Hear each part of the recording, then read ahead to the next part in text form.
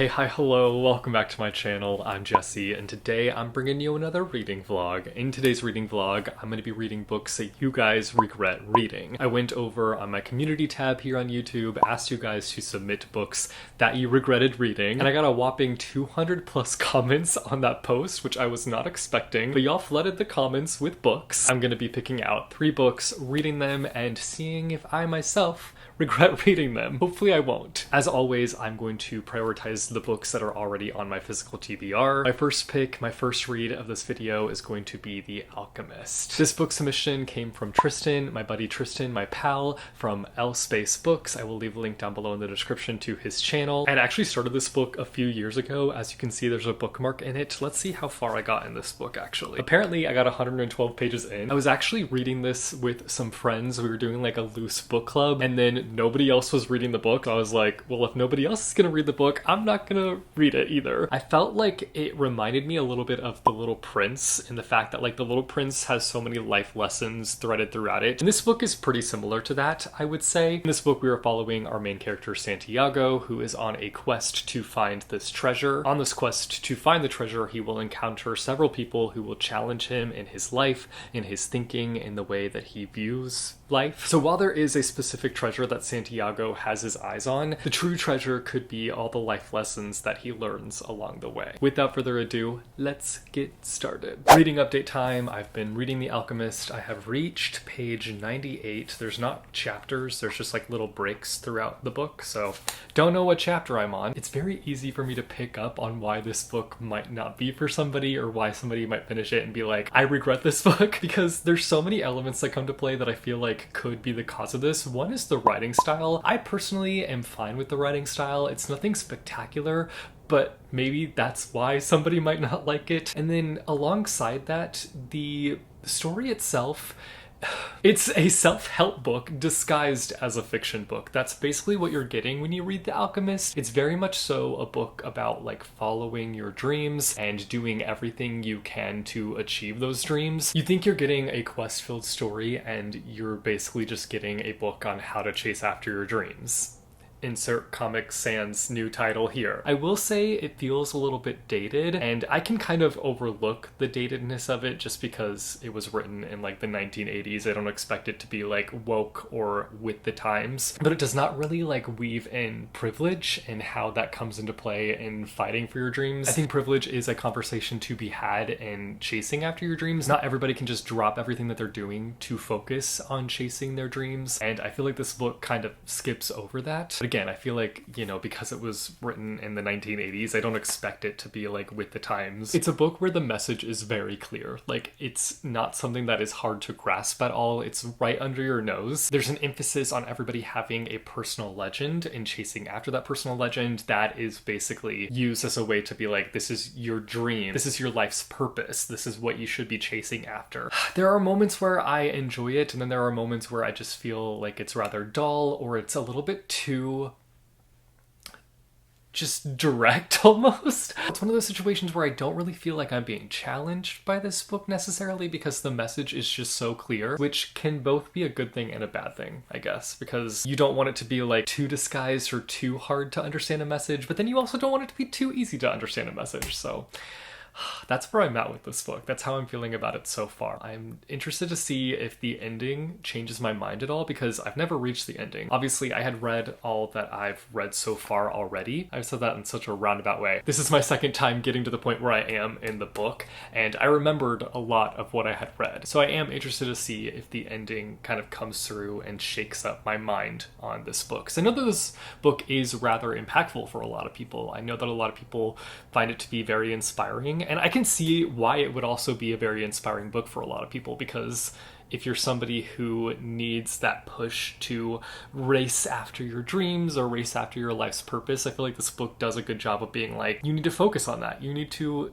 Go after your dreams. So I do get why this is such a beloved book. I just don't know how I feel about it fully yet. I will obviously know once I reach the end, and I will come back and share my thoughts with you guys. It's the freaking weekend. It's Friday, so I'm definitely planning on finishing this book this weekend. I'm also reading Percy Jackson on the side, and I'm loving that. I feel like this is not as enjoyable as I had hoped that it would be, and so to read Percy Jackson, something that I know that I love on the side, it's just been so nice. I don't have any big plans for the weekend, to be honest. I do need to leave the house because I've just been staying in my house for too long. I was sick at the beginning of the week, so I just feel like I need to get out and do stuff. I think my family actually wants to do dinner this weekend, so maybe I should go see my family. I don't know. I also feel like I have a bookshelf in my room, which is a disaster, and I feel like I kind of want to tackle that. I say that that one is a disaster, but the one behind me is also a disaster. I need to get the covers back on these books. I need to organize these books because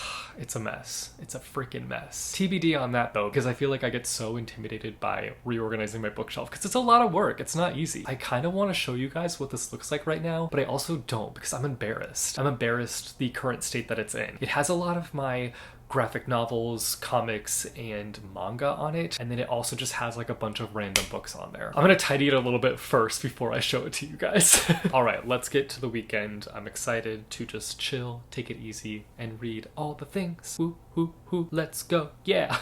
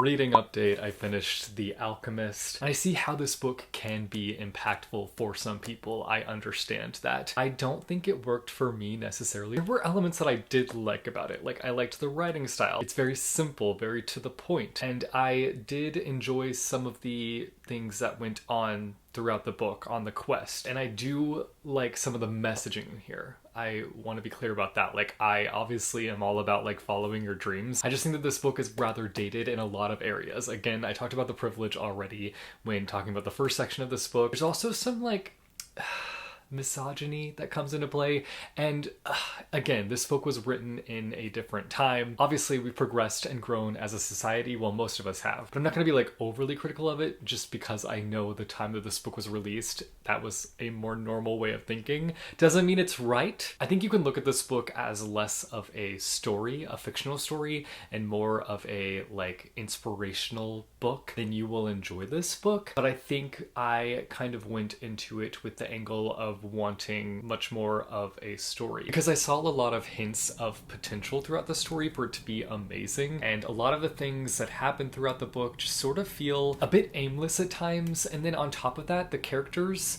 feel a little bit dull, feel a little on the dull side. And I feel like it overall just lacked a compelling plot. Had it had all of those other things, I think I would have really enjoyed this book, but for me personally, stayed in a mediocre lane. But again, I can understand why this book worked for people, and I understand why somebody might regret reading this book. I don't necessarily regret it, but I definitely don't see myself like holding on to this book or singing its praises anytime soon. So I landed on a 2 out of 5 stars. That's my final rating. my final ranking. I definitely want to hear from you guys though, because I feel like this is a book where you could land on either sides, where you really love it or you really hate it. So let me know your thoughts down below in the comments if you've read The Alchemist and where you landed. Which side did you land on? I went to some antique stores this weekend and I ended up finding this old Nancy Drew box set, which is so much fun. I've been like low-key collecting Hardy Boys books and Nancy Drew books in the hopes that someday I will do some kind of like reading vlog series for both of those series, because I never read the Nancy Drew books, but I always wanted to. And then I read quite a few of the Hardy Boys books growing up, but I never got to read all of them. And there's a part of me that like just wants to heal that inner child that wanted to read all the Hardy Boys books and just never got around to it. So at some point I would love to do that, but I got this really fun Nancy Drew box set. It's the Nancy Drew files, so it's not like the main Nancy Drew series, but I figured that I would pick it up anyway, and the covers are so much fun. I'll go through all of them. Got book 1, Secrets Can Kill, book 2, Deadly Intent, book 3, Murder on Ice, book 4, Smile and Say Murder, and book 5, Hit and Run Holiday. I'm super excited about these. I love the covers. I just think that they give off the 80s vibes. I'm here for it. I'm super excited about it. I love that there's like this guy on each cover that's just looking at Nancy very intently. It's very interesting. I also worked on my bookshelf. It's definitely not where I want it to be or where it needs to be. In fact, I have like stacks of books just everywhere, but I mostly have it built up of my manga, graphic novels, and comics. I think I'm going to be putting some of my paperbacks on there as well. Let's just go to that shelf because we need to talk about the next book that I'm going to be reading anyways. So let's move on over. This is the current state of the shelf. I'll do a full-on overview situation for you right here. It's definitely not done. I still have quite a ways to go with it, but at least I can walk into this room now and not feel like stressed by the current state of the shelf. Like I can walk in and be like, it looks decent. I'd rather have decent than just like full-on chaos, and that's exactly what it was before. I mean, you guys saw the before in the montage. Chaos, full-on chaos. It's time to talk about my next read for this video. This is a book that I've had on my shelf for quite some time now, and that book is Little Fires Everywhere by Celeste Ng. This book was suggested by Boo and Rue, so thank you for your suggestion. I read Everything I Never Told You by Celeste Ng like 5, maybe 6 years ago. I don't remember when it was, but it was a long time ago, and I really enjoyed that book, so that had me wanting to read more by this author. Of course, as things go, I never got around to reading more of their work, so I'm excited to bump this up my TBR, even though it's coming as a suggestion because somebody regretted reading this book, but that's alright. Maybe I will have a different experience with it. From what I gather with the description of this book, we have this suburbs town that's just like prim and proper and perfect, and nothing ever goes wrong in this small little town. We are following a mother in that town who is all about playing by the rules and just wants to make sure everything is in neat and tidy order. Then we've got this woman named Mia who moves to town with her daughter, and she brings in some spice. She's not looking to live this prim and proper lifestyle that everybody lives within this town. She's kind of a free agent. She does what she wants. She's an artist, and she just doesn't really want to live by the standards of this community. Elena becomes suspicious of Mia and decides to do some digging on her past and starts to unveil these secrets about Mia. Secrets that Mia never wanted anybody to discover. You know that saying, F around and find out? I feel like that's exactly what happens in this situation. Elena begins to mess around with Mia's life and figuring out her secrets, and it bites her in the butt. I'm excited to dive into this one. Again, it's been a second since I've read a Celeste Ng book, but I'm looking forward to seeing what this one has to offer. I am getting ready to go and get my hair chopped. It's been about 2 months since I've had a haircut, and it is time. Like, I am ready to chop my hair. I also need to edit Epic Adaptations, which is the series that I do over on the Epic Reads channel. I have the, what month is it? It's August. The August episode, which I need to edit and get sent over to them so they can post it. And of course, I'm going to be getting to reading. So without further ado, let's get to reading.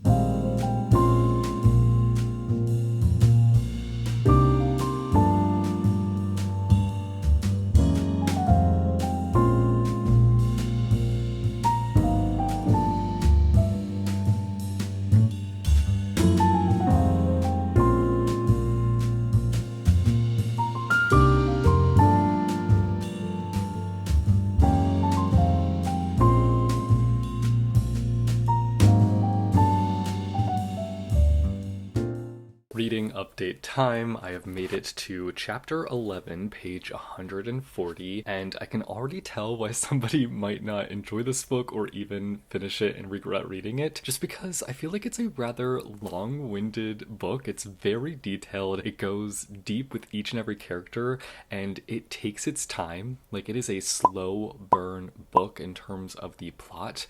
Like, I am on page, again, 140, and it took at least to like the 100-page mark to even really explore the main plot or even bring forth the main plot. I think it's the main plot. I'm not even 100% sure it is the main plot because I feel like I'm still in the early stages of uncovering all the details of what's going into it. But it involves a mother who is trying to get her daughter back after she's been adopted. And it's not quite that simple. There's a lot of details that go into it, and I'm not going to give you those details because that's what reading is all about. I don't want to spoil the book for you. If you want to know all the details, you can read the book or watch the show. Our sort of main characters, though I would argue that there's a lot of main characters. Like, every character that is introduced feels like a main character. There's some that definitely feel like side characters, but there's a lot of main characters. Specifically, the two mothers are the main characters, and then like all the kids. Mia's kid Pearl, and then all of Elena's kids feel like main characters because you see their day-to-day, you see their lives, you see the things that they're going through. Mia and Elena have become intertwined because Mia's daughter Pearl has connected with Elena's kids, and then when Elena and Mia first met, Elena just became fascinated with Mia,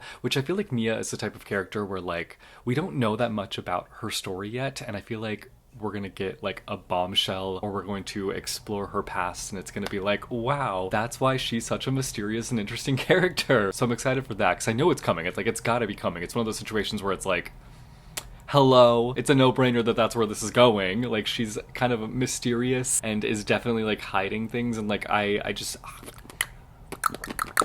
but Elena actually hired Mia to work for her as a housekeeper, so they have sort of a complex relationship, and they're both falling on different sides of this adoption scandal situation. Mia is very much so on the side of the mother trying to get her daughter back and is helping her and guiding her in getting her daughter back. And then we've got Elena, who is really close friends with the family that adopted the girl. And I feel like this is going to cause a huge conflict in their relationship and possibly be the reason as to why Elena like wants to find out more information on Mia and figure out her backstory. So I'm just waiting for that to happen, though. I feel like it's coming.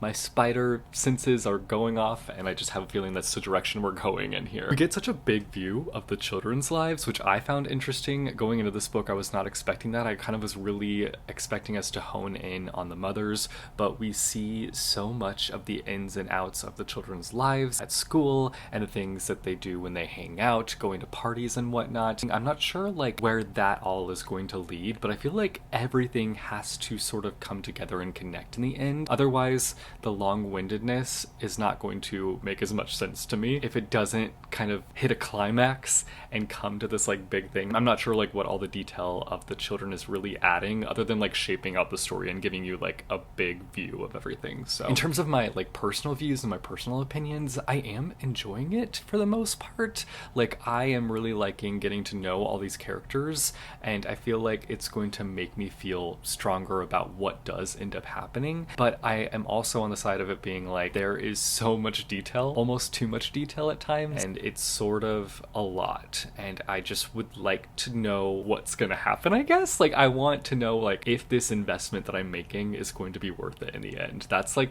the biggest thing that I'm nervous about. I'm excited to keep reading this. I'm definitely planning on finishing this by tomorrow, hopefully. I'm getting ready to go to the gym, which I am dreading, but I haven't been since I got sick, which was like a week and a half ago, so it's gonna be hard getting back into the swing of things. It always is in sort of like creating this gym routine, but I feel like I've had lots of obstacles lately that have kept me from like going to the gym, and so it's just been a bummer, and I don't like the fact that my schedule keeps being like upended and I just haven't been able to be consistent with it. But that is life. Life can be chaotic at times. Let's get back to reading. I will update you guys when I finish the book. I'm back from my second day of going to the gym. We are so back, baby. We're so so back. I also finished Little Fires Everywhere, and I am at a place where I am feeling conflicted on how I feel about this book. I thought it was really interesting and definitely not what I was expecting it to be, that's for sure. I don't know what I was going in expecting. I guess just like a lot of fires, but that's not really what the case is. But Mia's journey in life gets unveiled, and the sort of adoption element is just so complicated and so complex. It just does a good job of like layering the situation and being like, it's not so cut and dry. Like, it's a very complex situation, and there's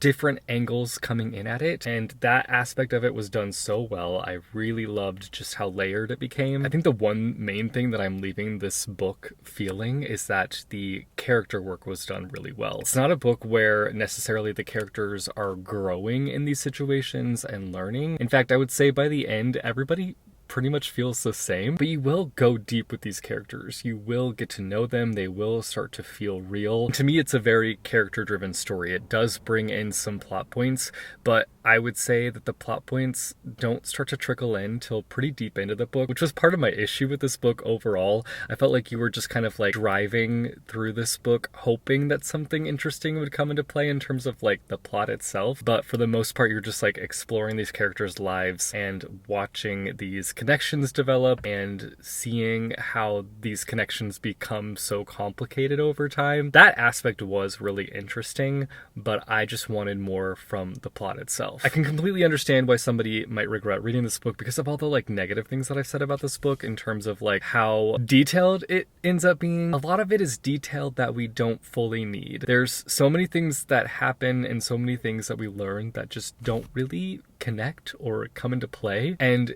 it just left me being like, why were these things brought up? We could have axed those scenes and brought in some things that like impacted the plot. And I guess it is to like showcase the connections, because like a lot of it was like connection building. I get it to some degree, and we just learn way too much. Like there's a point where it's like, I don't need to know all this stuff, but I'm gonna take it in because I assume it's gonna come into play later, and then it just like doesn't really come into play later. So I think I've landed on a 3-star rating with this book, a 3 out of 5 stars. I feel like that's like a safe place to be with it. I did, again, really enjoy it, and I had a fun time with it. There were just like little things that irritated me along the way. Little irritations everywhere. It's time for the last book of this video. Let's go inside and find out what it is. All right, the last book was suggested by Tilia Hagstrom. Is that right? Tilia Hagstrom. Tilia Hagstrom. They suggested the book Dallergut Dream Department Store. As you can tell, I've already made a chunk in this book. I started this book last year and kind of soft DNF'd it. I was really enjoying it, but at the time, it was like Christmas time, I think, when I was reading it, and things were just hectic, and during hectic, stressful times, I have a hard time focusing on books. I was really enjoying it when I first set out to read it, so I am excited about the fact that I'm getting back to it, even if the video concept for this book is reading books that people regretted reading. This makes me a little nervous, but where did I get to this book initially? I made it to page 95, chapter 4. It's probably almost halfway through the book. I'm definitely going to be rereading the chunk that I initially read because I don't remember that much about it. Do you remember the fact that like there's not really a main storyline? And that was something that I was having a hard time like grasping. I think that I just like went into it expecting a main storyline, and there's really not. So I'm going to kind of change my mindset going into this book. Why did I just... In this book, we are following Penny, and we follow her as she gets a job working at Dallergut's Dream Department Store, the place where they sell dreams to people like you and me. Each floor in the department store sells a different kind of dream, and I believe, if I remember correctly, you pay for the dreams with the reactions that you come out of it. I think that's right. I feel like I remember people paying with like a fluttering emotion, fear maybe, other emotions and reactions that I can't think of right now. I'm pretty sure that's how you pay for the dreams, and I think you don't pay for the dreams until you've had those reactions. Anyway, we are alongside Penny as we are discovering all the ins and outs of Dallergut Dream Department Store. She doesn't know anything, and so we're learning alongside her. Without further ado, let's get to reading. I just got out of the shower, so my hair is still a little bit wet. I got back from the gym, I went swimming. Are we tired of hearing about me swimming yet? Probably, but I'm gonna tell you about it regardless. It was tough today. It's just been tough, but I feel like, you know, I've been a little bit consistent now, so I'm excited about that. Hoping to maintain that consistency. Anyway, regardless of all of that, I have a reading update for you guys. I am on chapter 6, page 149, making decent progress. For some reason, when I first read this book, I put book darts throughout the book, which like that in and of itself is not that weird, but like I didn't highlight anything on those pages, so I'm just like trying to figure out what the context is. I'm like, why did I put a book dart here? What is significant about this page? So far, I've struggled to like figure out why exactly I marked specific pages, but that's all right. For some reason, back when I first was reading this book, I was putting book darts all up in it. I'm liking this a lot more this second time around, and I think that's because I know what to expect going in. When I first read this book, I had specific expectations that this book was going to have a main storyline, and there's really not. Like, it's sort of a book that's built up on subplots, little stories here and there that happen within this dream department store. And I think because I had those expectations when I was first reading the book for a main plot to come in and take over the story, that I wasn't able to enjoy it as much because I was just kind of like waiting for something big to happen, waiting for some seed to be planted to like grow into the main plot, and it was never planted, and that's okay. But when you read the description, you kind of feel like there is going to be a bit of an overarching plot, and there's just not, at least not yet. Again, I'm only on page 149. I can't imagine like there being a big thing that happens here at the end, but maybe there will be. Who knows? This is what I would describe as cozy fantasy. It's not like super fantastical. Like, it definitely has like a fantasy element to it. I feel like you're just learning all these different facets of this dream department store. You're learning about the workers, you're learning about the customers, you are getting insights into the dreams, the dream makers, and I'm really enjoying that aspect of it. Like, I love just learning about the different elements of the department store because there's a lot to it. Each chapter, I feel like you learn something new about the department store, you learn something new behind the scenes. I think one of my favorite parts is seeing how dreams can kind of affect people's lives and how the workers can sort of play a role in these dreams falling into the right hands. So for example, we have cognitive dreams, which showcase something in the future. Like, if you buy a cognitive dream, you get the chance to see something in the future. It's not necessarily very specific, like you don't get to choose what you see in the future, but the dream can sort of help inspire you and motivate you to reach that place in your life. And so there will be customers that come in wanting that dream for selfish reasons, but the workers hold back from allowing them to buy it. And we see Mr. Dallergut give this dream to somebody who doesn't necessarily want it, but he ends up convincing this person to take it, and we get to see how that cognitive dream affects that person and how it sort of sets the path for their life and sets the path for a career. It's just really cool to see those little connections and seeing how the dreams impact people. And we have other dreams about like love, of course. We have animal dreams throughout this book, which I think are so wholesome. I love that. I love the animal dream maker in particular. I think he's a really neat character. You get to learn quite a bit about him. And I also love that aspect. Like, there was a moment where they're having like a meeting with all the dream makers talking about the lack of sales or something like that. I think that's what it was. They were like talking about how dreams have not been selling as much. We get to see all these different people who are making the dreams. So one of the dream makers is actually Saint Nick, Santa Claus. He's a dream maker, which was really cool to see. And somebody that I really like and who is kind of more of a side character, a subtle character in the story, but he makes nightmares in the book, which I think are really cool. I think that that is a cool element to bring into play. It's sort of out of the norm from what all the other dream makers are making. I feel like if you're going to read this book, which I personally would recommend it at this point, I'm obviously not done, so I will give you my full opinion at the end, but I feel like if you're going to pick up this book, that you need to go into it knowing the fact that you're not getting an overarching plot. You need to be ready for it to be just kind of a vibes situation, and you need to be really interested in the dream department itself and dreams, and just go into it with low expectations, and I feel like you'll really enjoy this book. So far, I'm really liking it. But again, I kind of shifted my perspective because I had read the first chunk, didn't really know what I was signing myself up for, and now going into this the second time around, I am enjoying it so much more. So I'm excited about this book. My plan for the rest of the day is to hopefully finish this. I feel like I can definitely nip this in the butt, but I'm also like in the ultimate mood for spooky season, for scary season, and I know that it's September. No, it's not even September, it's August. What am I saying? It's the end of August, and summer isn't even over until like late into September, I think. But come September 1st, all the Halloween decorations are coming out, okay? It's happening. I don't care what anybody says. I'm ready for the scary Halloween season. And for me, it's gonna last more than a month. It's gonna be a 2-month season, okay? I make the rules in this house. But I'm excited to bring out my Halloween decorations this weekend. Anyway, I was saying that to mention the fact that I think I want to start Haunting of Hill House tonight on Netflix. I haven't read the book yet. I have read a book by Shirley Jackson in the past, We Have Always Lived in the Castle, and I really enjoyed that book, but I never got around to The Haunting of Hill House. That being said, I don't know that it's like a direct adaptation of that book. I think it kind of goes off and does its own thing a little bit, so I don't even know if it's worth reading the book, but I think I'm gonna start that tonight. I'm just in the mood to start like a scary haunting series, and I feel like that's just like perfect. Also, I did start the Disney Plus Percy Jackson series. I was kind of trying to read and watch the show at the same time, but it just like wasn't working, so I kind of ditched the show and I've just been reading the book. I have a Percy Jackson live stream with my channel members this week. We're doing a live stream on Friday and Saturday, so I need to finish reading that as well. But all that to say, I'm being a yapper right now, but I watched the first episode of the Percy Jackson series and I really enjoyed it. It pretty much follows it to a T. There were some slight changes that I felt like didn't matter, that didn't really affect things all that much, and it's definitely better than the movies so far, which is like the most important thing. But again, I've only watched one episode, I really enjoyed it, and I do have plans to continue on with that as well, but I need to prioritize reading the book so I can discuss it with my channel members. Anyway, you know the drill. I will update you guys once I have finished with the Dallergut Dream department store. Let's get to reading.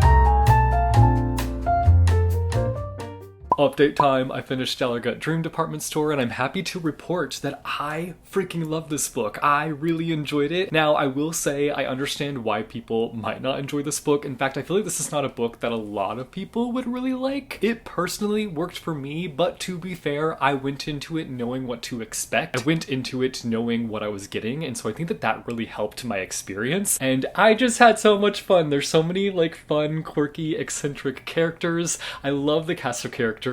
And I love just how much there is to the department store. And I know that most of this book is built up on us just like learning about the department store, and I could see that being a reason why people don't like it. Because of course, it's not like the most exciting, thrilling read as you're reading about the department store. You're literally just learning about this place. There's not a main storyline running through it at all. But I was just so enchanted by it. Like, I loved each floor of the department store. I loved learning about the different dreams and the different dream makers, and just...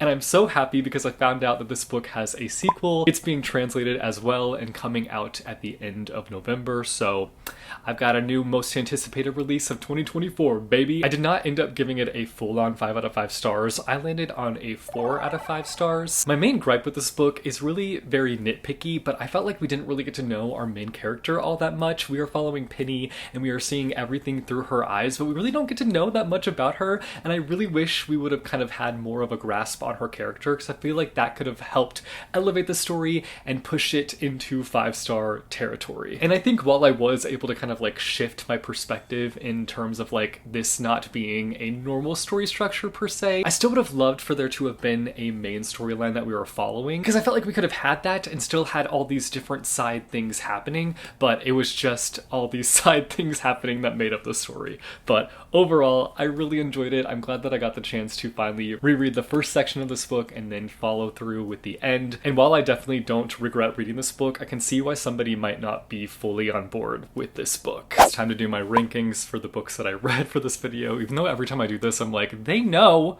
They just heard all my thoughts, they know where each book is gonna lie.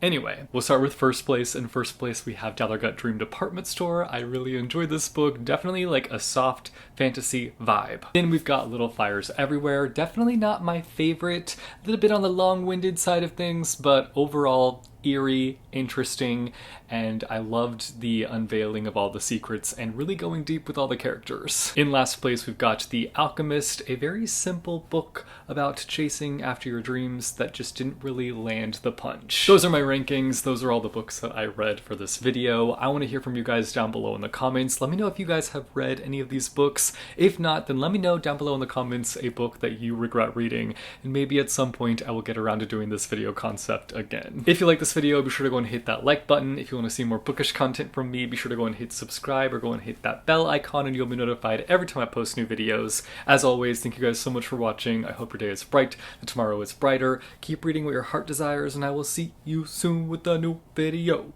Bye-o! Look at my tongue. Can you tell I've been eating candy?